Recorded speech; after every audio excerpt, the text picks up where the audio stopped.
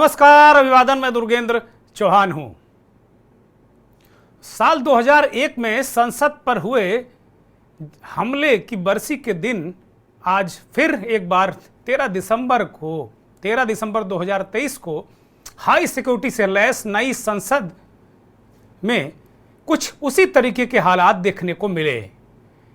सुरक्षा में एक भारी चूक का मामला सामने आया। लोकसभा की कार्रवाई के दौरान दोपहर तकरीबन 1 बजे दर्शक दीर्घा से 2 युवक संसद में कूदे और उन्होंने स्मोक बम फोड़े, अध्यक्ष के आसन की तरफ बढ़े और इसी दौरान संसद के बाहर भी एक महिला और एक पुरुष ने भी स्मोक बम फोड़कर एक तरीके से अफरा तफरी मचा दी। इन चारों लोगों को गिरफ्तार कर लिया गया है, पकड़ लिया गया है, उनसे पूछताछ की जा रही है। लेकिन जिस वक्त ये घटना हुई, पूरी संसद में अफरा तफरी और हमले जैसा, जिस तरीके से देखा गया था कि 2001 में 22 साल पूर्व संसद पर हमला हुआ था, आतंकवादी हमला हुआ था, जैसे मोहम्मद के आतंकवादियों ने हमला किया था और अफजल गुरु उसका मास्टरमाइंड था, जिसे बाद में फांसी पर चढ़ा दिया गया। संसद के हमले का एक तरीके से उसी तरीके का दृश्य आज देखने को मिला। हालांकि गोली बम असली वाले गोलियां नहीं चली, कोई इस तरीके का घातक हथियार प्रयोग नहीं हुआ, लेकिन कमोवेश जिस तरीके से स्मोक बम फोड़ा गया, कोई केमिकल बम भी फोड़ा जा सकता था, कोई जहरीली गैस छोड़ी जा सकती थी।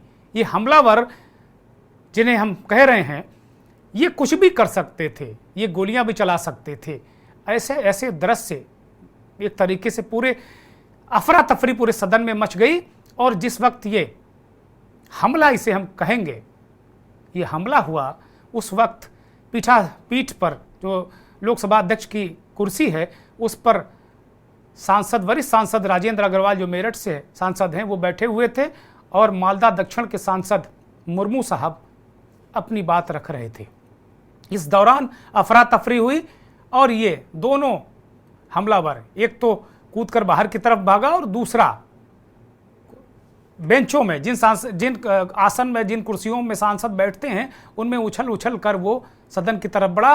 सांसद मलूक नागर और तमाम जो और अन्य सांसद हैं, बीएसपी के सांसद मलूक नागर समेत तमाम सांसदों ने इस हमलावर को दबोचने की कोशिश की और कूट पीट कर किसी तरीके से काबू किया।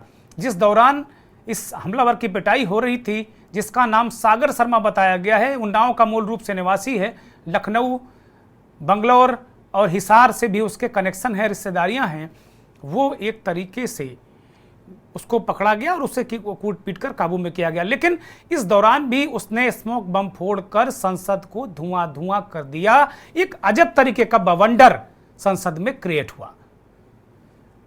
4 हमलावरों की, बल्कि 5 हमलावरों की पहचान हो गई है। लेकिन ये कहा जा रहा है कि ये पूरा एक तरीके से साजिश है और जो येलो कलर का जो स्मोक बम था, वो एक तरीके से फोड़ा गया।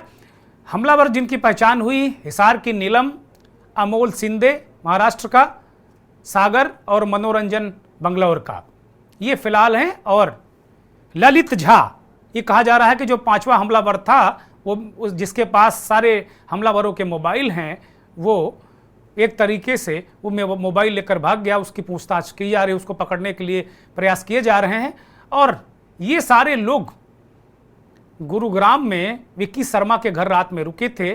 विक्की शर्मा, उसकी पत्नी को पुलिस ने हिरासत में ले लिया है। लेकिन बहुत सारी कार्रवाइयाँ हुई, बहुत सारी चीज़ें अभी होंगी, बहुत सारी डिटेल भी हैं। तमाम जो हमलावर हैं उनके बारे में मैं अभी सारा डिटेल आपको बताऊंगा। लेकिन सबसे बड़ी बात यही है कि संसद पर एक बार 22 साल बाद फिर हमला, उस संसद पर जो भारत की आत्मा है, उस संसद पर जिसे कहा जाता है कि सर्वाधिक सुरक्षा वाला एरिया है, वो 3 लेयर। अभी जब नई संसद बनी थी तो इसे बनाने वाले लोगों ने बहुत बड़े बड़े दावे किए थे, कहा था कि भाई ये बिल्कुल ऐसी संसद है कि परिंदा भी पर नहीं मार सकता। और ये विजिटर के रूप में गए और इतना बड़ा इन्होंने कांड कर दिया।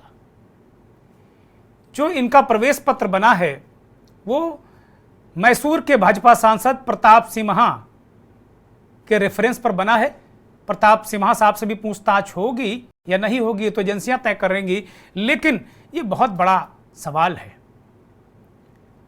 पिछले दिनों आरजेडी के सांसद ने कहा था, मनोज झा जिनका नाम है, राज्यसभा के, महिला आरक्षण बिल पर जब दर्शक दीर्घा से नारे लग रहे थे तो उन्होंने कहा था कि इस तरह के दृश्य संसद में नहीं होने चाहिए, कभी कोई आएगा और कुछ भी करके कूद कर चला जाएगा। मनोज झा आज उसी बात को रिकॉल कर रहे थे, दोहरा रहे थे कि देखिए वही हुआ ना। तो संसद में जब एक सांसद को पेन ले जाने की इजाजत नहीं होती, बड़ी मुश्किल से वो कर पाते हैं, तब ये इस तरीके की स्थिति वहां पर बन रही है और ये सुरक्षा बिल्कुल तार तार हो गई है। बड़ा सवाल यही है कि वास्तव में इन लोगों का मकसद कौन है। बहुत सारे लोग बहुत सारे सवाल उठा रहे हैं कि भाई ये कौन लोग हैं, कहां से आए, क्या हैं, लेकिन ये नारे लगा रहे थे, जय भीम जय भारत। भीम का सहारा, भीम के नाम का सहारा क्यों लिया इन हमलावरों ने, या ये क्यों कह रहे हैं कि हम बेरोजगार हैं, सरकार हमारी नहीं सुनती। कौन लोग हैं, कौन संगठन के पीछे है। एक बात बड़ी महत्वपूर्ण है कि पिछले दिनों 15 दिन पहले एक इनपुट भी मिला था एजेंसियों को, जो कि अब सारी बातें खुलकर आ रही हैं। कुछ सांसदों ने उस वक्त भी चिंता जताई थी, ट्वीट किया था, ऐसी खबरें भी अब मिल रही हैं। लेकिन उस वक्त ये चर्चा संसद के इर्द गिर्द 13 दिसंबर को संसद पर हमले की बरसी के दिन, शहीदों को याद करने के दिन ऐसी घटना होगी, ये ना तो मीडिया में सुर्खियों में था और ना नेताओं के संज्ञान में बहुत ज़्यादा रहा। नहीं, वरना अगर इस तरीका का इनपुट था और मीडिया के पास भी इनपुट था तो मीडिया को भी इस पर संज्ञान लेकर कुछ करना चाहिए था। हो सकता कि यह घटना आज नहीं होती। ये अपने आप में बहुत बड़ी घटना है। उस दृष्टिकोण से देखिए, कोई हताहत नहीं हुआ, कोई घायल नहीं हुआ, लेकिन कुछ भी हो सकता था। उस वक्त करीब 200 से ऊपर सांसद थे, पक्ष और विपक्ष के। गृह मंत्री राजनाथ सिंह, विपक्ष के बड़े नेता राहुल गांधी, अधीर रंजन चौधरी, बहुत सारे लोग थे, अश्विनी वैष्णव रेल मंत्री, इतने सारे लोग वहां पर मौजूद थे। अगर कोई खुदा ना खास्ता कोई ऐसा घटनाक्रम होता तो आज हम इस वक्त क्या कर रहे होते, शब्द नहीं मेरे पास वो बताने के लिए कि हम क्या कर रहे होते। बहुत गंभीर घटनाक्रम है, लेकिन ये जानना बड़ा जरूरी होगा कि ये कौन लोग हैं, क्या इनका मकसद था, ये क्या हुआ, एजेंसियां क्या कर रही थी, 3 लेयर की सुरक्षा क्या कर रही थी। अब बहुत सारी बातें हो रही कि भाई अब फुल स्कैनर लगाया जाएगा। अजी अभी तक फुल स्कैनर क्यों नहीं लगाया, पहले क्यों हाफ स्कैनर लगा कर रखा। हर बड़ी घटना के बाद इस तरीके की चीजें आती हैं कि अब ऐसा करेंगे। भाई पहले क्यों नहीं किया, ये बड़ा सवाल है। सुरक्षा में चूक और इनका मकसद क्या है, मंथन में ये बड़ा सवाल है।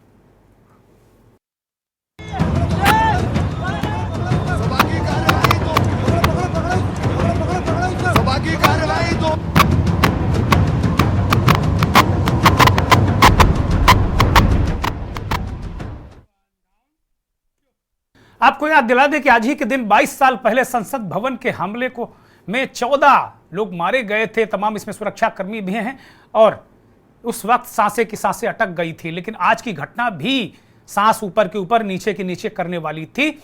वो तस्वीरें दिखाई जाए संसद के हमले की, जो अभी पुरानी तस्वीरें हैं, ये 22 साल पहले की तस्वीरें हैं जिस वक्त संसद पर हमला हुआ था। और उस वक्त भी सुरक्षा की पोल खुली थी। बहुत सारी पुरानी संसद थी जो अब हम उसको पीछे छोड़कर आ गए हैं। किस तरीके से आतंकवादी देखिए दौड़ रहे हैं, जैसे मोहम्मद के आतंकवादी।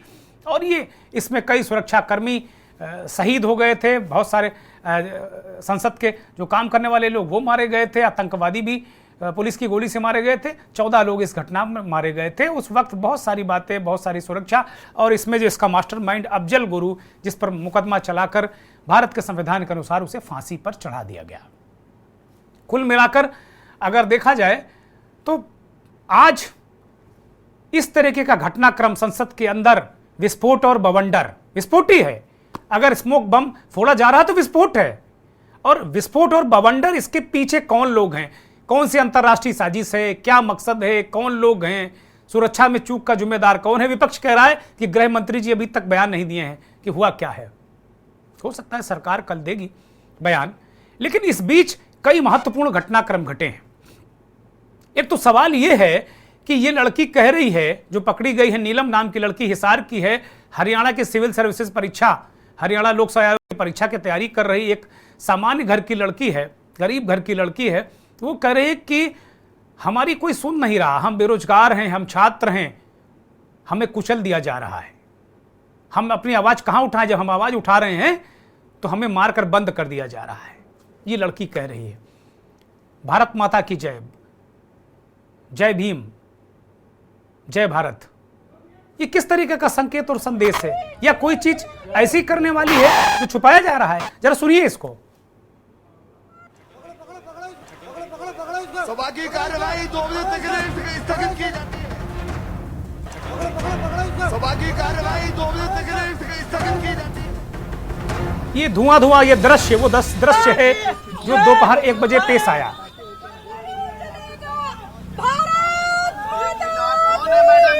क्यों नारेबाजी कर रही हैं आप?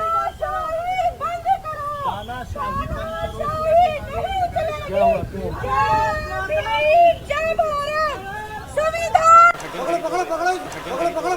सभा की कार्यवाही 2 बजे तक स्थगित की जाती है। किस तरीके से देखिए, ये हमलावर कूदकर संसद में जो हमला करने वाला ये सागर शर्मा नाम का ये युवक किस तरीके से वहां कूदा, और कूदते फांदते हुए जब इसको सांसदों ने दबोचा। ये तस्वीरें आपकी टीवी स्क्रीन पर है। पूरा घटनाक्रम इन तस्वीरों के जरिए हमारे सहयोगियों ने आपको समझाने की कोशिश की, किस तरीके से सुरक्षा हवा हुई संसद में, धुआं, सुरक्षा हवा, मनमानी नहीं चलेगी, नहीं चलेगी, ये नारा लगाते हुए बाहर।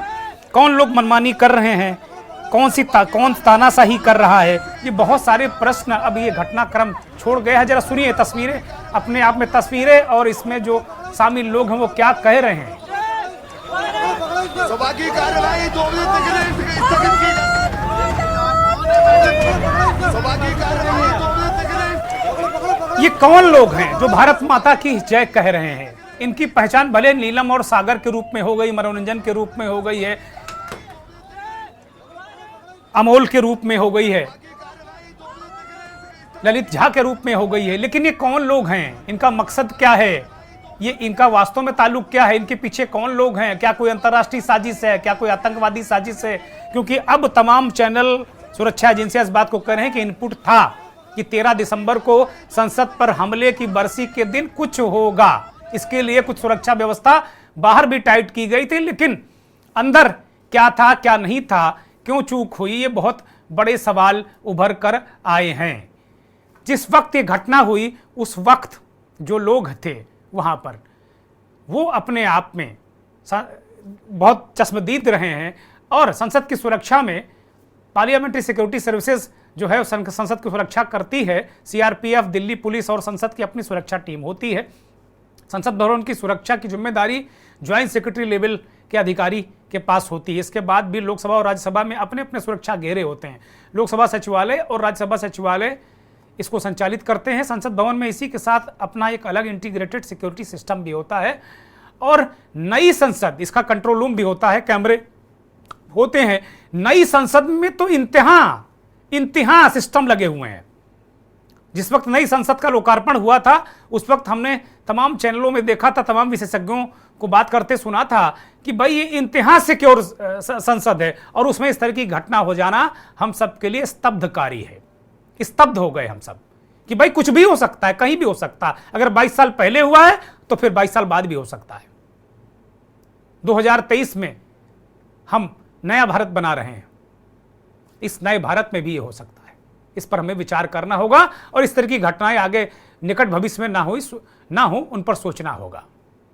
आज बहुत सारे देश भर के पत्रकार, बहुत सारे लोग इस बात को कह रहे थे कि भाई ऐसा हुआ क्यों, चूक कैसे हुई।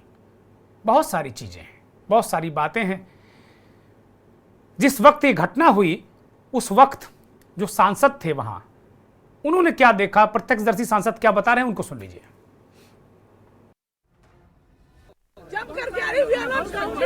Have you seen, ma'am? Of course I have seen. Some people jumped down from the gallery. How many persons? And they are trying to run and beat in some kind of gas is being thrown on the inside the house. किस तरह की कर रहे थे ma'am? क्या? वही लोग। I've been holding by them, and some gas was emitting from their hands. So that's why a house was done. Killed 2 people. Okay. Do you think this is a great security breach? Certainly, because today, today we have observed the death anniversary of those martyrs who have sacrificed their lives for saving this parliament. And today itself it has been occurred. Certainly, How many people were there who 2, I think. अफरा तफरी much गई, लेकिन उन दोनों लोगों को पकड़ लिया गया है। अभी फिलहाल जो पता चला है वो कोई एक का नाम जिसका मैंने पास देखा सिक्योरिटी ऑफिशियल्स के साथ, कोई सागर करके है, और वो हमारे जो मैसूर के सांसद हैं माननीय प्रताप सिम्हा जी, उनके गेस्ट के रूप में हुआ है। तो किस तरह का गैस था अब ये क्या बताइए, सिक्योरिटी का काम है। हालांकि कोई आप लोग को दिक्कत हुआ सांसदों को उस गैस से? नहीं, कोई ऐसा नहीं, लेकिन भगदड़ मच गई। इस पूरे घटनाक्रम की उच्च स्तरीय जांच के आदेश लोकसभा अध्यक्ष ओम बिरला ने दिए हैं और पूरी वहाँ सभी प्रकार के जो सांसद हैं, उनके जो निजी सचिव हैं पूर्व व मौजूदा, उनके पास निरस्त कर दिए गए हैं और बहुत सख्ती कर दी गई है लोकसभा अध्यक्ष के निर्देश पर। एफआईआर के भी निर्देश उन्होंने दिए, एफआईआर हो गई है। सुरक्षा एजेंसियां पकड़े गए लोगों से लगातार पूछताछ कर रही हैं कि इसके पीछे साजिश किसकी है। और ओम बिरला ने क्या कहा वो बड़ा महत्वपूर्ण, सुनिए।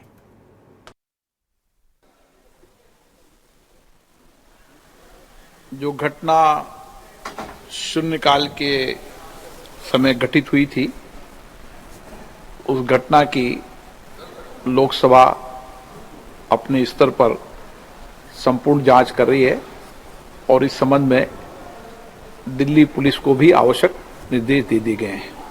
लेकिन जो हम सबकी चिंता थी कि वह धुआं क्या था, वह अभी तक प्रारंभिक जांच में जो जांच की उसमें वह साधारण धुआं और सनसनी फैलने वाला धुआं था, इसलिए उस धुएं की कोई ऐसी चिंता का विषय नहीं, उसकी प्रारंभिक ठीक से जांच कर ली गई। लोकसभा अध्यक्ष जी कह रहे हैं कि वो धुआं था, उसमें दम नहीं था कोई, उसकी प्रारंभिक जांच कर ली गई है। तो इनका मकसद क्या था? ये कोई संकेत देना चाहते थे, कोई संदेश देना चाहते हैं इस देश की सरकार को, इस देश के जनमानस को, या फिर संसद को नुकसान पहुंचाना इनका मकसद था, या किसी इस देश से दूर बैठे भारत के दुश्मनों के हाथ में इनका रिमोट है क्या? बहुत सारे सवाल हैं, बहुत सारे जवाब अभी बाकी हैं। सागर शर्मा नाम का व्यक्ति जो पकड़ा गया है, वो दिल्ली और हरियाणा का कनेक्शन उसका सामने आया है। मूल रूप से उन्नाव जिले का है, उत्तर प्रदेश के, और लखनऊ के आलमनगर इलाके में वो परिवार के साथ रहता है। उसके पिता कारपेंटर हैं। उसकी पैदाइश दिल्ली के बसंत विहार में अपनी मौसी के घर हुई और उसका दिल्ली अक्सर आना जाना होता था। मौसी उसकी हरियाणा में रहती। 6 महीने पहले सागर बेंगलुरु में भी रहता था। रक्षाबंधन के समय लखनऊ आकर अपने पिता के साथ किराए के मकान में रहने लगा और रिक्शा चलाने लगा। वहाँ उनकी नानी भी रहती हैं। और अभी 2 दिन पहले वो कहकर गया था कि दिल्ली जा रहा है और उसके बाद ये घटनाक्रम सामने आया। इसी तरीके का पूरा मसला है।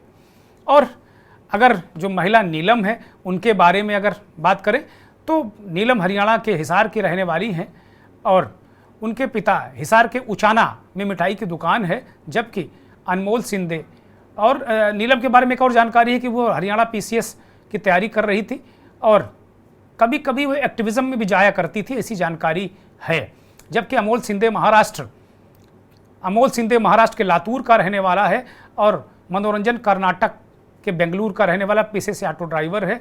दोनों ने तानाशाही नहीं चलेगी, भारत माता की जय के नारे लगाए। चारों आरोपी एक दूसरे को पहले से जानते थे और लगातार संपर्क में थे। सुरक्षा एजेंसियों के पास इस तरीके की जानकारी भी सामने आई है। अब आपस में ये क्यों एक साथ एकत्र हुए? एक बंगलौर का, लखनऊ का, हरियाणा का, लातूर का, गुड़गांव का, ललित झा, मसला क्या है? क्या ये कोई अन्य लोगों के हाथों गाइड हो रहे हैं क्या? ये बहुत बड़ा सवाल। अभी कुछ कहना पुख्ता तौर पर बड़ा मुश्किल है, लेकिन जिस तरीके के नारे लगा रहे थे, तानाशाही नहीं चलेगी, भारत माता की जय, जय भीम जय भारत, ये क्या संकेत देते हैं ये नारे? लड़की नीलम कह रही कि भाई हम तो बहुत परेशान हैं, त्रस्त हैं, हमें कुचल दिया जाता है, हम प्रदर्शन करते, धरना देते हैं। एक और ताजा घटनाक्रम यह हुआ है कि संयुक्त किसान मोर्चा, ये वही किसान मोर्चा है जिसने लगातार दिल्ली बॉर्डर पर महीनों महीने आंदोलन किया और इसी किसान मोर्चे के दबाव में सरकार ने तीनों कृषि कानून वापस लिए थे। किसान मोर्चे के नेताओं ने ऐलान किया है कि नीलम को तत्काल रिहा कर दिया जाए, अगर उसको छोड़ा नहीं गया तो किसान फिर से बड़ा आंदोलन कर सकते हैं। संयुक्त किसान मोर्चे की कल दिल्ली में बैठक भी बुलाई गई है और इस घटनाक्रम पर विपक्षी नेताओं की बैठक भी सुबह 10 बजे कल मल्लिकार्जुन खड़गे जो कांग्रेस के अध्यक्ष हैं उनके घर बुलाई गई है। लगातार बैठकों का दौर, सुरक्षा अधिकारियों बैठक कर रहे हैं, संसद के सुरक्षा अधिकारी बैठक कर रहे हैं, सेक्रेटरिएट में बैठकें चल रही हैं, सीआरपीएफ, संसद के जो सुरक्षा तंत्र चलाने वाले लोग, सब बैठकों का दौर एक तरीके से शुरू हो गया है। लेकिन अभी बहुत सारी चीजें निकलकर सामने नहीं आई हैं।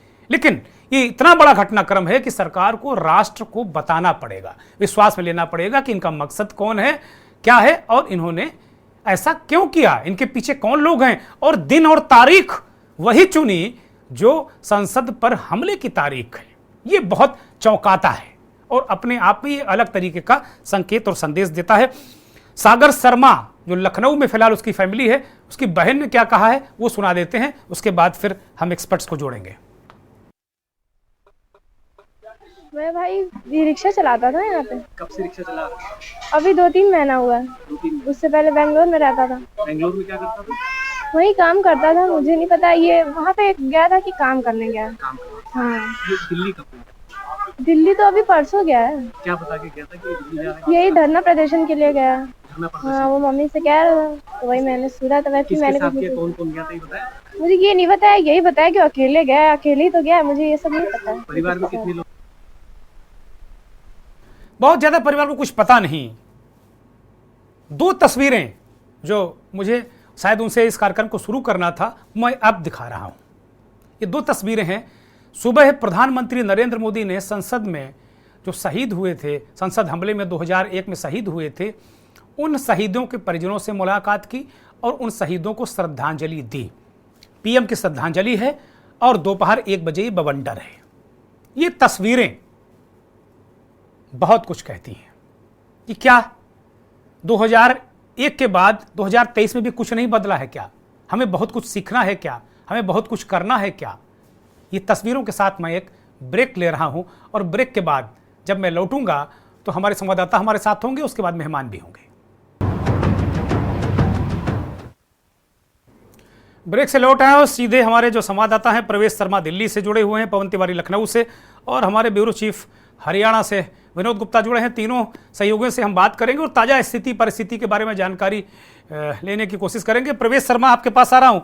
दिल्ली में इस पूरे घटनाक्रम को लेकर अब क्या जानकारियां निकल कर आई, बिल्कुल क्रक्स में, बिल्कुल संक्षिप्त में क्या क्या जानकारियां निकल कर आई हैं और अब तक ये पता चल पाया है क्या कि ये इनका मकसद क्या था इस घटनाक्रम को लेकर? क्योंकि ओम बिरला जो अध्यक्ष हैं लोकसभा के, उन्होंने कहा कि जो स्मोक बम था जो फोड़ा गया, जो उसका धुआं था वो घातक नहीं था, वो केवल दहशत फैल सकती थी, सनसनी फैल सकती थी, लेकिन घातक नहीं था। और ये नारे लगा रहे थे भारत माता की जय, तानाशाही बंद करो, जय भीम जय भारत। इसका क्या मकसद हो सकता है? किस तरीके की जानकारी निकल कर आ रही है प्रवेश शर्मा? तो बिल्कुल देखिए सर, सबसे पहले मैं आपको बता दूं कि 1 बजे के वक्त जो मनोरंजन और सीधे तौर पर मैं कहूँ ये 2 शख्स जो अंदर घुसे थे, साफ तौर पर बताऊं तो सुरक्षा में जो सेंध लगी थी उस पर सवालिया निशान खड़ा हो रहा है और उसी की जांच जो है आगे बढ़ रही है। और सबसे बड़ी बात मैं आपको बता दूं कि जहां पर एक पेन ले जाना बड़ा मुश्किल है, वहां पर ये स्मोक लेकर अंदर घुसे, जिसको लेकर जांच जारी है। लेकिन मैं आपको बता दूं 4 लोगों के साथ साथ 2 लोग अभी गुड़गांव से भी गिरफ्तार हुए हैं और उसमें एक शख्स जो है ललित झा, जिसकी अभी तक जांच की जा रही है, क्योंकि जब खुलासा हुआ, पूछताछ हुई तो खुद नीलम ने और उनके सहयोगी ने साफ तौर पर यह बताया है कि एक सहयोगी ललित झा भी था जिसके पास उनके मोबाइल है। उसके बाद पुलिस जो है उनकी उस रुख पर मुड़ गई है। और सबसे बड़ी बात मैं बता दूं, मनोरंजन जो है मैसूर के पास का रहने वाला है और उसमें मैसूर के सांसद का ही जो पास का जो इस्तेमाल किया गया, सांसद के साइन करा कर किए गए। तो एक जो सुरक्षा या जांच की बात करें वो मनोरंजन के इर्द गिर्द घूम रही है। और इसके अलावा दिल्ली में, गुरुग्राम में जो 2 लोग गिरफ्तार हुए वो वहां पर रहे थे, तो इसलिए उनसे भी जांच चल रही है। लेकिन सबसे बड़ी बात जो निकलकर सामने आ रही है कि अभी साफ तौर पर ये कहा नहीं जा रहा है कि किसी संगठन से है या कैसे, लेकिन एक बात खुलकर सामने आ रही है कि तानाशाही नहीं चलेगी शब्द का जो प्रयोग किया गया है, तो कहीं ना कहीं ये जरूर कहा जा रहा है कि भटके हुए युवा हो सकते हैं, या फिर ये हो सकता है कि ये हाँ, किसी और के एक इशारे एक में बात कर और रहे हैं, लेकिन दिलचस्प है प्रवेश, एक बात और दिलचस्प है कि संयुक्त किसान मोर्चा ने भी कहा कि नीलम को छोड़ो। नीलम ही नारे लगा रही थी, ना तानाशाही नहीं चलेगी। संयुक्त किसान मोर्चा ने कहा कि नीलम को छोड़ो। ये भी एक बड़ी महत्वपूर्ण बात है, बड़ा महत्वपूर्ण घटनाक्रम है।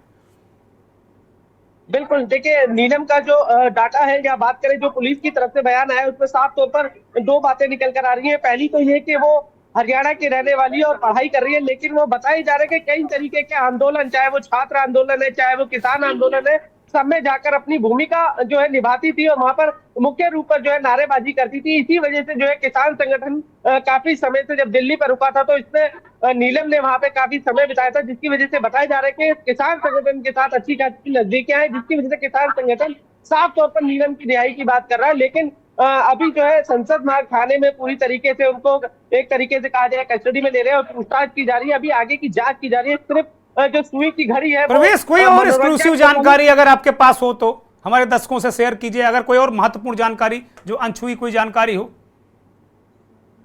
फिलहाल देखिए, जो सबसे बड़ी जानकारी है वो ये है कि ललित झा के लिए कई जगह पुलिस दबिश डाल रही है, छापेमारी कर रही है, क्योंकि जब तक वो मोबाइल हाथ नहीं लगेंगे तो पुलिस आगे की जांच नहीं कर पाएगी। और मोबाइल मिलने के बाद बताया जा रहा है कई तरीके के जो है उनसे जो है सूत्र मिलेंगे, या ये कहीं जांच में एजेंसियों को फायदा मिलेगा और पता लगेगा ये पिछले कई दिनों से किसके साथ जुड़े थे, किससे बात कर रहे थे। निश्चित तौर पर सर्विलांस का युग है अब, चूंकि मैन टू मैन जो एक तरह से इंटेलिजेंस का सिस्टम लगभग खत्म हो चुका है। अब सारे लोग डिपेंड हैं सर्विलांस पर, डिवाइस पर, तो जाहिर सी बात है डिवाइस की तलाश जरूर होगी। मैं हमारे हरियाणा के ब्यूरो चीफ विनोद गुप्ता के पास चलता हूं। विनोद जी, क्या स्थिति, क्या परिस्थिति, क्या नजर आ रहा है? नीलम के बारे में क्या इनपुट है? और किसान जो संगठन है संयुक्त किसान मोर्चा, उसने बड़ी महत्वपूर्ण बात कही है। कल बैठक भी बुलाई गई है नीलम को लेकर। नीलम को लेकर संयुक्त किसान मोर्चा काफी पजेसिव नजर आ रहा है। ये क्या शख्सियत नीलम की है? क्या कौन लोग पीछे हो सकते हैं? कुछ इनपुट आ रहा है।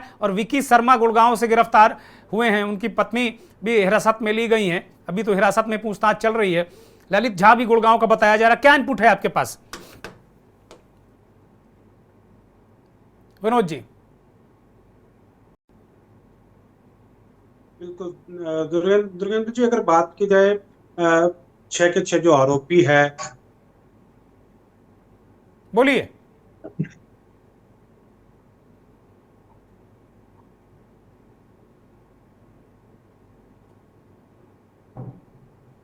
विनोद गुप्ता का संपर्क कुछ गड़बड़ है। मैं पवन तिवारी के पास चलता हूं। पवन तिवारी, सागर शर्मा के बारे में क्या एक्सक्लूसिव जानकारी है? बहुत कुछ जो बातें सामने आ चुकी हैं, मुझे तो उसे दोहराने की जरूरत नहीं है, लेकिन सागर का क्या, कैसा कैरेक्टर है, कैसा चरित्र है? क्या कहीं कोई आपराधिक वारदातों में पहले भी रहा है? क्या इस तरह की घटनाक्रम कभी किए हैं? क्या ऐसे कुछ लोगों से संपर्क की बात सामने आई है? क्या खबर है सागर के बारे में? जी, आपको बता दें कि जो संसद में घटना हुई उसको लखनऊ कनेक्शन सामने आया, जिसमें सागर शर्मा नाम का जो लड़का है वो लखनऊ के मानक नगर इलाके का रहने वाला है। बात की जाए इसके कनेक्शन की तो अभी कुछ 6 महीने पहले लगभग बंगलोर में रह के आया। उसके अलावा दिल्ली और हरियाणा से इसका तीनों राज्यों से कनेक्शन है। और जिस तरह ये घटना हुई है उसमें तीनों राज्यों के लोग इसमें शामिल हुए हैं, तो कहीं ना कहीं ये जो सागर शर्मा है इसका कनेक्शन साफ तौर से इसमें सामने आ रहा है। और जब यहाँ मोहल्ले में लोगों से और उनके परिजनों से बात की गई तो अभी तक ऐसा कोई आपराधिक रिकॉर्ड उसका सामने निकल कर नहीं आया। तो काफी साधारण परिवार इनका है। इनके पिताजी जो है वो कारपेंटर का काम करते हैं, और ये जो सागर शर्मा है यहाँ पर अभी 2-3 महीने पहले जो है बैटरी रिक्शा जो है चलाकर अपने जो है गुजर बसर यहाँ पर कर रहा था। और अभी बीच में वो अपने परिजनों से वो अपना जो है बैटरी रिक्शा खुद का निकलवाने की बात कर रहा था और अपनी बहन से धरना प्रदर्शन में शामिल होने की बात करके गया था। अगर बात की जाए इनके परिजनों की तो इनका एक बहुत साधारण सा यहाँ पर रहन सहन है, और ये लगभग 20 सालों से लखनऊ में किराए के मकान पर रहते हैं। बहुत छोटा सा इनका घर है और लगातार ये किराए पर रहकर यहाँ पर गुजारा कर रहे हैं। तो बहुत साधारण सी फैमिली है। जहाँ तक पढ़ाई की बात आ रही तो अभी तो इन्होंने इंटर की पढ़ाई की है, इंटर तक पढ़ने की इनकी बात सामने आ रही। फिलहाल ये दिल्ली में इनका जन्म हुआ था, बसंत विहार एक इलाका, उनकी मौसी वहां पर रहती है, वहां पर उनका जन्म हुआ था। और हरियाणा में भी कुछ दिन ये रहे, उनकी भी मौसी एक वहां पर भी रहती है। और इसके अलावा ये बेंगलोर में कुछ दिन नौकरी करने के लिए गए थे। फिलहाल सागर शर्मा का कनेक्शन तीनों जगह से एस्टेब्लिश हो रहा है, हरियाणा से भी, दिल्ली से भी, बंगलौर से भी, लखनऊ से भी। पवन, बहुत महत्वपूर्ण जानकारियां एकत्र करके आपने दी हैं। मैं विनोद गुप्ता के पास जाऊंगा। विनोद गुप्ता, हरियाणा को लेकर जो लगातार जो पूरा संसद पर जो ये एक तरीके से हमला ही है, इस घटनाक्रम को लेकर जिस तरीके से संसद में बवंडर मचाने वाले लोग, इनका जो बेस रहा है वो हरियाणा रहा, हरियाणा में ही टिके हैं, हरियाणा के लोग शामिल हैं ज्यादातर। क्या इनपुट है, क्या एक्सक्लूसिव जानकारी है दर्शकों के लिए आपके पास? सबसे बड़ी बात की जाए तो कहीं ना कहीं जो इनपुट सारे गुरुग्राम के आ रहे, चाहे वो नीलम की बात करें, हिसार से आ रहे, तो कहीं ना कहीं इनका जो क्या सूत्रों की अगर बात करें तो पिछले 6 महीने से सभी के सभी क्या जो लोग थे, जो आरोपी थे, आपस में मिले जुले थे। और जो से बात करें तो कहीं ना कहीं गुरपंत सिंह पन्नू जो खालिस्तानी समर्थक है, उसने भी 8 दिन पहले एक वीडियो जारी करके कहा था कि ठीक 13 दिसंबर को खलबली मचेगी, बवाल मचेगा संसद के अंदर, और शायद वही हुआ है। यही हुआ कि जो संसद में बवाल मचा है, जो इनपुट्स जो थे, ये जरूर विनोद गुप्ता, अभी तक दिल्ली पुलिस, हरियाणा पुलिस इसको आतंकवादी घटना के रूप में अभी घोषित नहीं किया उसे।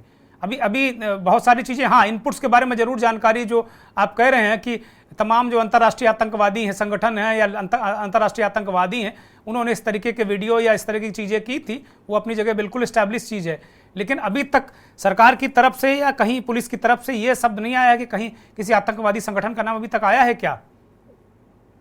अगर सूत्रों की बात करें तो ना कि हम अपनी तरफ से कह रहे हैं, सूत्र अगर जो बात करते हैं, क्योंकि 6 के 6 लोग जो लोग हैं जिनका एक संसद भवन के अंदर आज 13 दिसंबर को जाना, और 4 लोग बाहर होते हैं, 2 अंदर होते हैं, तो किस तरह से धुआं हो जाता है पूरा संसद। और जो हरियाणा का है, एक उत्तर प्रदेश का है, दूसरा अगर बात करें तो बंगलौर और महाराष्ट्र के लोग हैं, साइड क्या है, दूसरा एक तो केरला साइड क्या है। तो कहीं ना कहीं सभी का लोगों का आपस में उत्तर दक्षिणी भारत के जो लोग हैं, आप मिलजुलना, एक साथ आना और गुरुग्राम के अंदर रहना, तो कहीं ना कहीं इनपुट यही कहते हैं कि कहीं पिछले पुरानी साजिश थी, पिछले 6 महीने षड्यंत्र रचा जा रहा था, जो आज जिसको परिणाम दिया गया है, अंजाम दिया गया है संसद के अंदर। जी, बहुत शुक्रिया आप तीनों संवाददाताओं का, बहुत धन्यवाद। आपने बहुत महत्वपूर्ण जानकारी हमारे दर्शकों के लिए निकाल कर दी।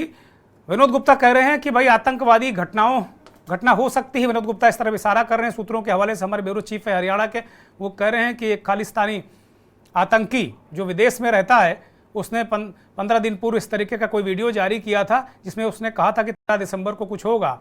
और विनोद गुप्ता कह रहे हैं कि सूत्र ही कह रहे हैं कि उससे तार हो सकते हैं। अभी तक सरकारी अधिकृत रूप से ये जानकारी अभी हमारे पास नहीं है, लेकिन सूत्रों के हवाले से हमारे सहयोगी इस बात को कह रहे हैं। हमारे साथ मेहमान जुड़ गए हैं, उनका परिचय करा दूं। कांग्रेस के प्रवक्ता दिल्ली से प्रेम नारायण जी हमारे साथ जुड़े हैं, धन्यवाद, आभार आपका जुड़ने के लिए। संजय सिंह राजनीतिक विश्लेषक हैं और एडीआर संस्था से ताल्लुक़ रखते हैं, जो बहुत सारी इनपुट्स देश हित में एकत्र करती है। आपका धन्यवाद। गोविंद वर्मा जी राजनीतिक विश्लेषक हैं, और आलोक भदौरिया जी हमारे साथ, इस देश के जाने माने संपादक, देश से लेकर विदेश तक की पत्रकारिता में आपका दखल है। आलोक जी बहुत स्वागत, बहुत धन्यवाद, बहुत आभार आपका। आलोक जी, ये घटनाक्रम भारी चूक, मैं कह रहा हूं कि आज फिर एक तरीके से दिल दहला देने वाला एक घटनाक्रम है।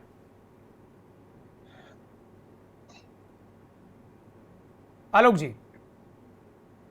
मैं धन्यवाद दुर्गेश जी। मैं इसको दूसरे तरीके से देखता हूँ जी।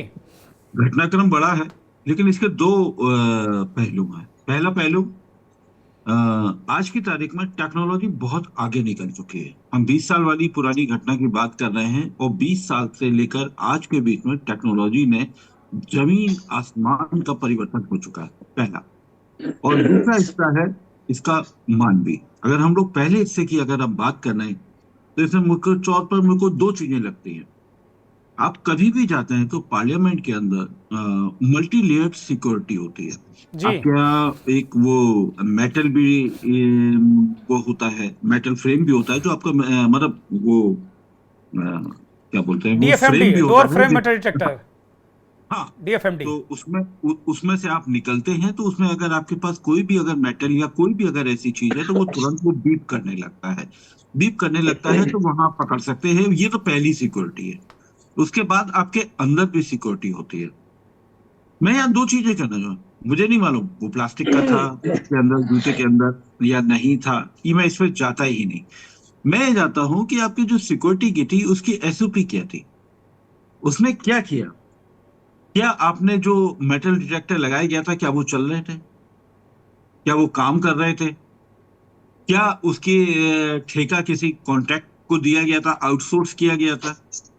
कौन आखिर जिम्मेदार?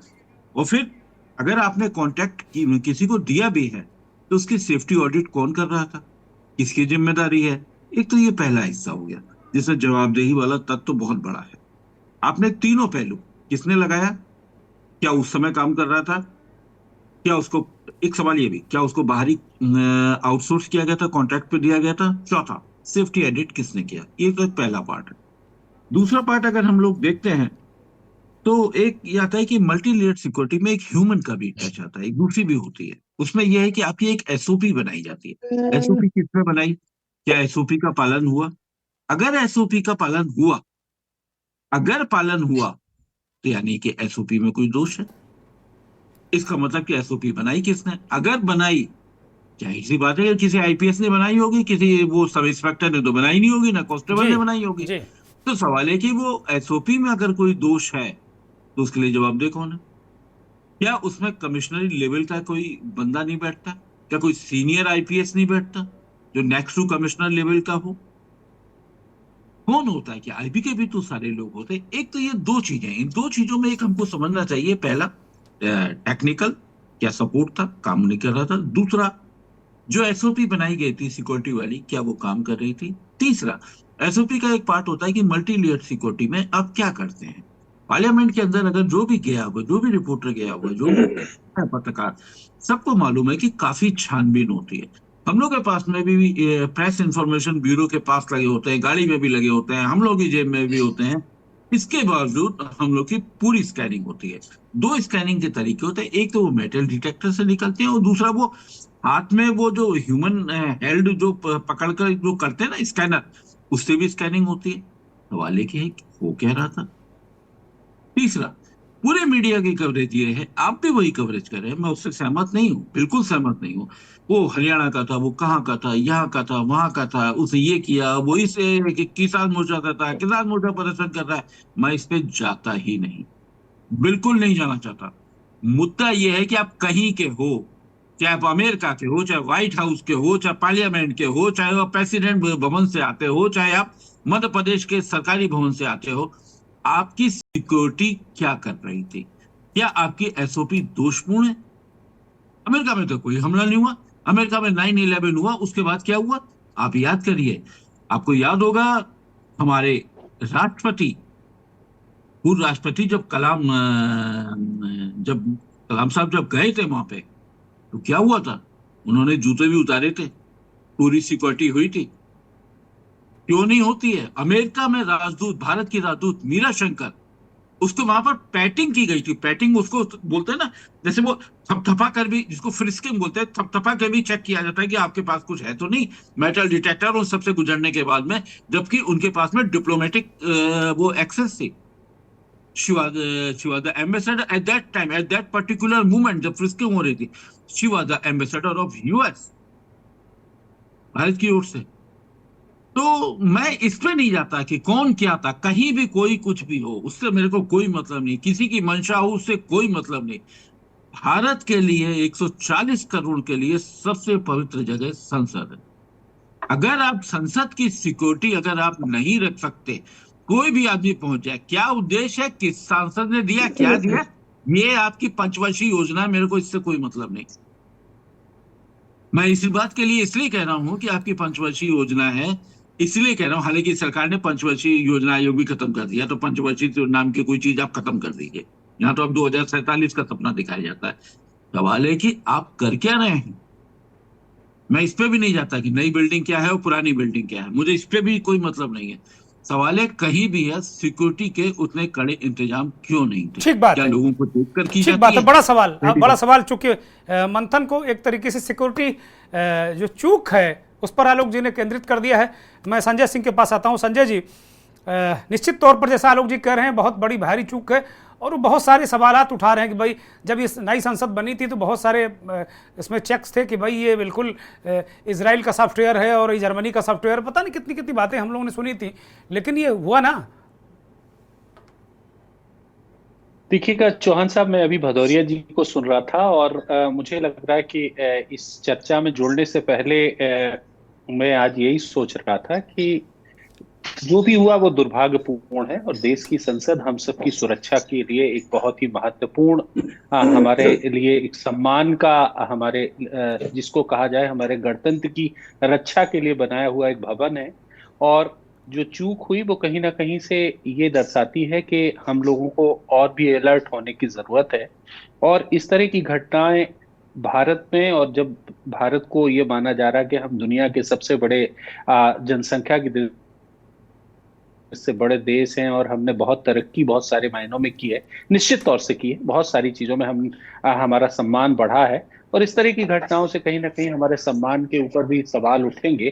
तो मैं इस बात से चिंतित हूं कि अंतर्राष्ट्रीय स्तर पर जो हमारी एक ताकत उभर रही है, हम एक पावर बन रहे हैं और इस तरह की घटनाएं जिन लोगों ने की वो पहले तो वही निंदनीय है और सुरक्षा के स्तर पर भी मुझे लगता है कि कहीं ना कहीं चूक है। इस चूक को ध्यान में रखते हुए हमको जो अभी एसओपी की बात हो रही थी, एसओपी के साथ साथ जो मुझे लगता है कि जो गाइडलाइन बनने के साथ साथ जो अनुपालन है और कहाँ पे किस स्तर पे इसको और अधिक मजबूत करने की जरूरत है। और मुझे लगता है कि शायद इससे हमें एक सबक लेने की जरूरत है ताकि हम और अपनी सुरक्षा को और चाक चौबंद कर सकें, इस तरह की घटनाओं की पुनरावृत्ति ना हो सके।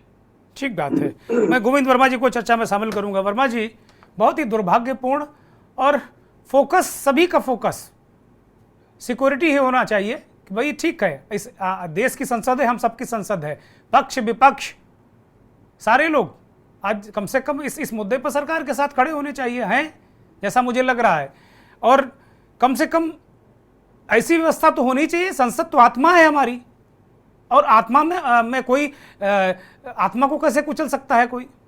कम से कम ऐसी व्यवस्था तो हमको सुनिश्चित कर लेनी चाहिए थी।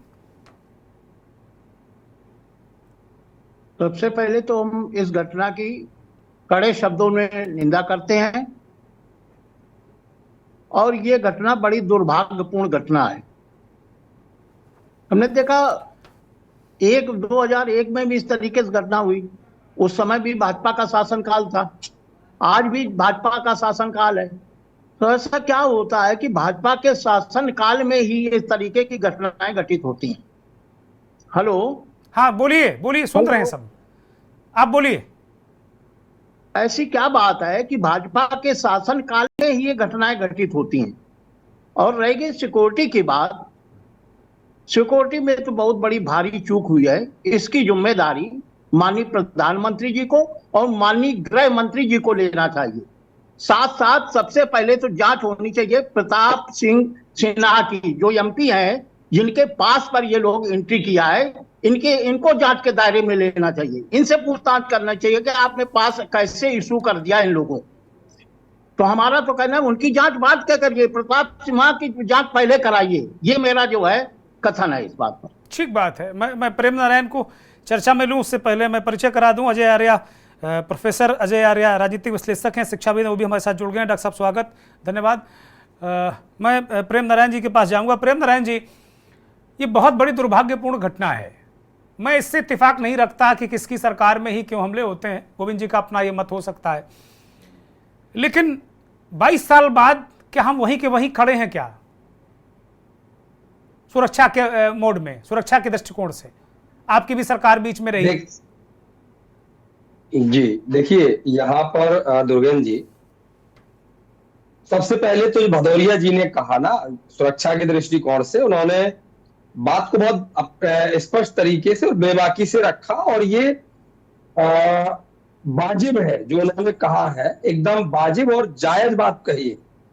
कारण क्या है, जिस सदन में देश का प्रधानमंत्री जाते हो, देश के गृह मंत्री जाते हो, देश के माननीय लोग, रक्षा मंत्री मौजूद थे, रक्षा मंत्री मौजूद थे, रेल मंत्री मौजूद थे, विपक्ष के सबसे बड़े नेता राहुल गांधी मौजूद थे, इसके बावजूद अगर वहां की व्यवस्था ये है तो ये देश में और मीडिया के माध्यम से पूरे विश्व में अंतरराष्ट्रीय पटल पर ये एक मैसेज जाता है कि हमारे यहाँ का जो सुरक्षा चक्र है, हमारे यहाँ की जो एजेंसीज हैं और हमारे यहाँ का जो भी प्रशासनिक अमला या जो भी मान लीजिए आप एजेंसीज हैं, वो कितनी अवेयर और कितनी अलर्ट। ये पहली बात तो ये है कि इसकी विस्तारित जांच होनी ही चाहिए, क्योंकि किसी भी तरीके से ये उचित नहीं कहा जा सकता, ना ये उचित है। हाँ, जांच के बाद जैसा कि आप दिखा रहे हैं, आपके संवाददाताओं ने बात की, संवाददाताओं ने अपनी जितनी अभी तक जानकारी रखी और सभी लोगों ने जो चर्चा की, उनका जो लब्बो-लुआब निकल के आता है, ये कोई मेरा बयान नहीं है, ना मैं कोई किसी का पक्षधर हूं, खुले शब्दों में कह रहा हूं कि जो है ये अत्यंत निंदनीय है। जिन्होंने ये कृत्य किया है वो अत्यंत निंदनीय है और इसको केवल उनका निंदा उनकी कर करके जिसकी जिम्मेदार है वो जिम्मेदारी वाले लोग, जिम्मेदार लोग अपनी जिम्मेदारी से नहीं भाग सकते। लेकिन मैं यहाँ थोड़ा सा अपनी एक बात को जोड़ना चाहूंगा आपके साथ। लगातार जैसे मैं 50 मिनट से देख रहा हूं, सुन रहा हूं, चर्चा में जा रहा हूं, मुझे लगता है हम लोग जो बात आज मीडिया बता रहा है लोगों को, पूरे देश को जो बता रहा है, फिर से क्लियर करूं, पहले इनकी जांच होनी चाहिए, आधिकारिक जांच होनी चाहिए, गहन और पारदर्शी जांच होनी चाहिए। इनका किसी भी प्रकार से, चाहे प्रादेशिक लेवल पर, राष्ट्रीय लेवल पर, अंतरराष्ट्रीय लेवल पर, इनका जरा भी कहीं कोई भी अनैतिक संबंध निकलता है। जो वर्मा जी ने कहा, उनको पत्र जारी करने वाले महोदय को भी, प्रताप सिंह जी को भी लेकर के कड़ी जांच होनी चाहिए। अगर जो आपके सूत्रों के, संवाददाताओं के द्वारा जो जानकारी दी गई, अगर वो सत्य है और ये जो हमलावर है, जो से है संसद में आज, ये कोई आपराधिक प्रवृत्ति के विरुद्ध नहीं है, तो मुझे ये लगता है कि ये घटना है जो आजादी के इतिहास के पहले एक बार हुई थी और वो घटना दोहराई गई है। ये 2001 वाली घटना इसको नहीं कह सकते, उससे नहीं, हम इस बात पे इनको डिफेंड नहीं कर सकते कि इनका इससे पहले कोई क्रिमिनल रिकॉर्ड नहीं है, क्योंकि संसद पर हमले का मसला है। हम इस बात से बिल्कुल सहमत नहीं है। लेकिन दूसरा पटल है, अगर ये नहीं होता है, ये जांच के बाद की बात कर रहे हैं हम, इनकी मैं फिर कह रहा हूं, इनके खुले तौर पर जांच होनी चाहिए, पारदर्शी जांच होनी चाहिए, गहन और सभी चाहते हैं कि बहुत पारदर्शी जांच हो और देश को बताना भी चाहिए कि कौन लोग हैं, इनके पीछे कौन लोग हैं, मकसद क्या है। और जो आलोक जी ने कहा वो मुद्दा स्टिल साथ इनके साथ उन कर्मियों की जांच होनी चाहिए जिनकी जिम्मेदारी होती है और सुरक्षा। आलोक जी ने जो कहा ना, वो मुद्दा बिल्कुल अभी भी महत्वपूर्ण है और हमेशा कब, क्यों, कैसे, ठीक है, वो सारे सवाल में जवाब मिल जाएंगे। लेकिन सुरक्षा में चूक हुई क्यों? इतना बड़ा हमला जब 2001 में हो चुका, उसके बाद फिर ये हमला। मैं डॉक्टर अजय आर्या के पास जाऊंगा। डॉक्टर अजय आर्या, जिस तरीके से वहां नारे लगे, जय भीम जय भारत, भीम के नाम का सहारा, क्या ये भी कोई साजिश है? क्या एक तरीके से ये भी कहा गया भारत माता की जय, और बहुत सारे आरोप प्रत्यारोप जिस तरीके से इनके नारों में थे कि एक तरीके से इन्होंने कहा कि भाई सरकार की निंदा की, जय भीम जय भारत के नारे लगाए, भारत माता की जय। ये क्या, ये भी कोई साजिश है क्या कि इस लवादे में ओढ़ कर किसी अपराध को छिपाने की बात हो रही? दुर्गेन जी, बड़ा माकूल सवाल आपने उठाया। मैं इसको कई और बिंदुओं से मैं इसको एनालाइज कर पाया दोपहर में जब पता चला हमको। मैं इसमें A3 देखता हूँ, अति उत्साह, अति आत्मविश्वास और अति आत्म प्रशंसा में लिप्त जो प्रेजेंट डे की सरकार है केंद्र की। ये बेसिकली केंद्र सरकार के मुंह पे तमाचा नहीं, पूरे देश के मुंह पे तमाचा है। अब रही बात नारों की कि जय भीम के नारे लगे, भारत माता के जय के नारे लगे, तो धीरे धीरे हम इस देश को वाकई में नारों के सहारे भीड़ तंत्र में कन्वर्ट कर रहे हैं। और इसी वजह से मुझे लगता है कि इस तरह की एक कुत्सित घटना घटी। कुछ लोग इसको सिक्योरिटी ब्रीच कह रहे हैं, कुछ लोग इसको संसद पे हमला बता रहे हैं। सरकार जरूर इसको बचाव मोड में आ रही कि नहीं, हो सकता है संसद पे हमला ना हो, लेकिन ये हमला ही है। किसी भी जाति के हो, किसी भी धर्म संप्रदाय के लोग हों, ये जो दो बच्चे, दो वयस्क संसद की दर्शक दीर्घा से कूद के अंदर चले गए और उनके पास मान लेते हैं कोई हथियार नहीं था, फिर भी कोई एक्स्ट्रा चीज तो थी, वो इतनी सिक्योरिटी को पास करके कैसे चले गए? बाकायदे विस्फोट किया उन्होंने, जो एक तरीके से जो वो क्रैकर के रूप में इस्तेमाल किया, विस्फोट से ही वो धुआं निकला है, जैसी जानकारी है। जी, इससे निश्चित तौर पे पूरे राष्ट्र की बदनामी। देखिए, मैं बड़ी बात कह रहा हूँ, इसका मैसेज पूरी दुनिया में अच्छा नहीं जाए। हम एक तरफ कहते हैं कि हम मजबूत भारत हैं, हम बहुत तेजी से बढ़ती हुई इकोनॉमी है, लेकिन जो संसद का जहां सारे सांसद जहां कानून बनते हैं, तमाम अध्यादेश बनते हैं, उसकी सिक्योरिटी में इतनी बड़ी लैप्स हो जाए, ये कोई छोटी घटना थोड़ी है। और इसकी किसी ना किसी को तो देखिए जिम्मेदारी लेनी पड़ेगी। मैं फिर कह रहा हूं, नारे कुछ भी लगे हो, ये नौबत क्यों आई और नौबत किस तरह से आ गई? कहीं ना कहीं से किसी ना किसी का तो इन्वॉल्वमेंट है ही है। ये नारे लगना कोई आम बात थोड़ी है। जो आपने नारों की बात कही, अगर कोई प्लानिंग भी थी तो क्या संसद के अंदर जाके होगा? मतलब इस लेवल तक हमारी सिक्योरिटी व्यवस्था चरमरा चुकी है क्या? फिर हम सीमाओं को सुरक्षित रहने की बात कैसे कर रहे हैं? एक संसद जहां पे इतनी सिक्योरिटी है, मान लीजिए ये आतंकवादी ही होते, मान लेते हैं कि अभी तो पता भी नहीं क्या है, लेट अस कंसीडर कि आतंकवादी ही थे। हाँ, मतलब तो इनके पास अगर हथियार होते, ये सशस्त्र होते, इनके पास बम होते, जहरीली गैसें होती, बंदूकें होती, तो क्या होता? तो कहां मुंह दिखाते हम लोग?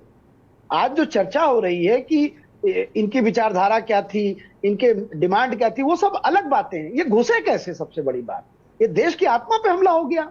जहां राष्ट्रपति बैठते हैं, जहां प्रधानमंत्री बैठते हैं, जहां गृह मंत्री बैठते हैं, विपक्ष के सब नेता, पक्ष के सब नेता, सारे मंत्री बैठते हैं, अगर उनके पास एक चाकू भी होता तो क्या हालत होती?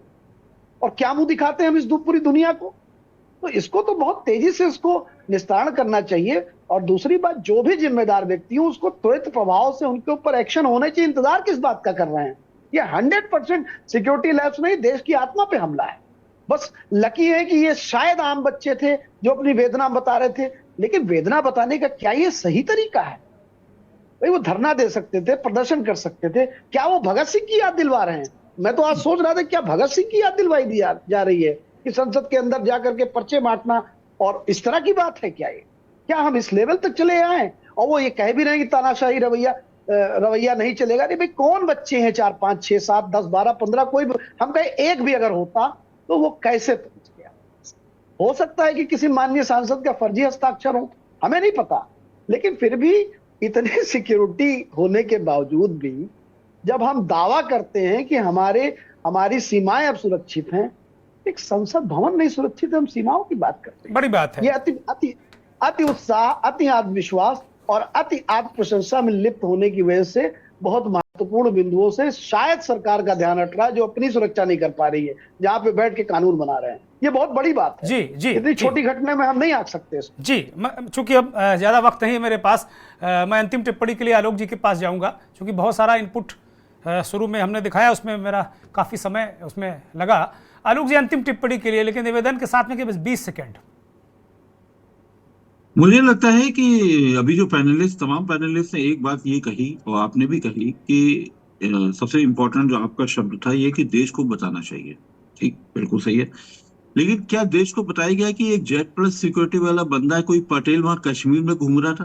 क्या कश्मीर संवेदनशील है या नहीं है? क्या किसी को पता चला कि जेट प्लस सिक्योरिटी ऐसे ही मिल जाती है? ऐसे ही हवा में मिल जाती है, जैसे आप आलू खरीद के लाते हैं, ब्रेड खरीद के लाते हैं, ऐसे जेट प्लस सिक्योरिटी भी मिल जाती है। तो सवाल यह है कि सरकार को जवाबदेही में आना चाहिए, देश को बताना चाहिए, और ये कैसे चल रहा है देश, ये इंपॉर्टेंट चीज है। संसद है, संसद कहता, मुझे नहीं मालूम किसका क्या उद्देश्य है, क्या मंशा है, इससे कोई मतलब नहीं है।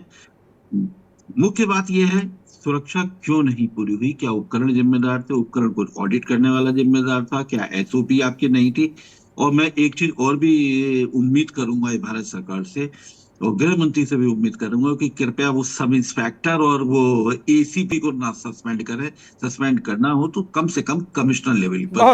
बहुत शुक्रिया आलोक जी, प्रेम नारायण जी बहुत शुक्रिया, संजय सिंह आपका शुक्रिया, गोविंद वर्मा जी बहुत बहुत शुक्रिया, प्रोफेसर डॉक्टर अजय आर्य आपका भी बहुत बहुत शुक्रिया। आलोक जी और सभी जितने पैनलिस्ट थे, सभी ने इस बात को कहा कि नहीं, सुरक्षा में चूक है, भारत की आत्मा पर हमला है, हमला ही है, हमले जैसा है। तो एक तो देश को बताना चाहिए कि कौन लोग हैं, इनके पीछे कौन लोग हैं, मकसद क्या है, और कम से कम एक बिंदु तो जरूर है कि जो सुरक्षा करने वाले लोग हैं उनमें कम से कम अधिकारी लेवल पर इतनी बड़ी कार्रवाई होनी चाहिए कि दोबारा कोई अपने काम में ढिलाई ना हो, और कम से कम ये तीसरी बार इस तरह की घटना कहीं भी देश में देखने को ना मिले। बहुत बहुत धन्यवाद, नमस्कार।